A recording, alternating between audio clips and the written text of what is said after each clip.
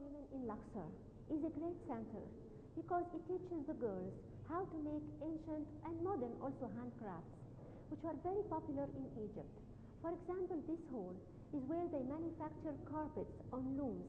So looms are used for manufacturing carpets, rugs, kilims, and also shawls. After they finish the rugs, they are sold in an exhibition in the same building here at very low or reasonable costs.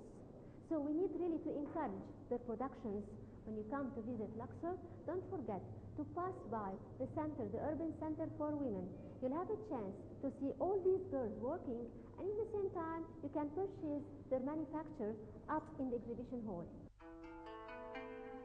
Pottery is a handmade industry as ancient as the Egyptian civilization itself, for the Nile bed is composed mainly of silt and mud. That was explored by the Egyptians at a very early stage of their history. They found it useful for making pottery, like jars and pots. Today, the urban center of women in Karnak revives the industry by making all types of productions that suits the buyers, both Egyptians and foreigners. For example, they produce vases, ashtrays, lamps, and other decorative items.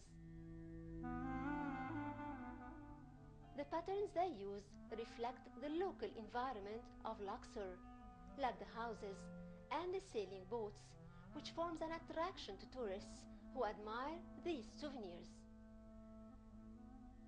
The girls here in the center perform a hard job, especially on the pottery wheel.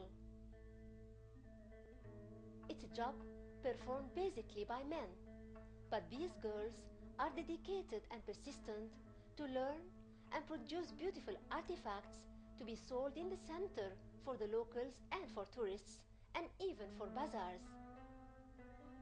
The raw Egyptian material of pottery facilitates setting good prices for these fabulous objects. It's a lot of work that requires groups of girls working side by side by hand for several continuous hours, daily from 9 to 2, except Fridays.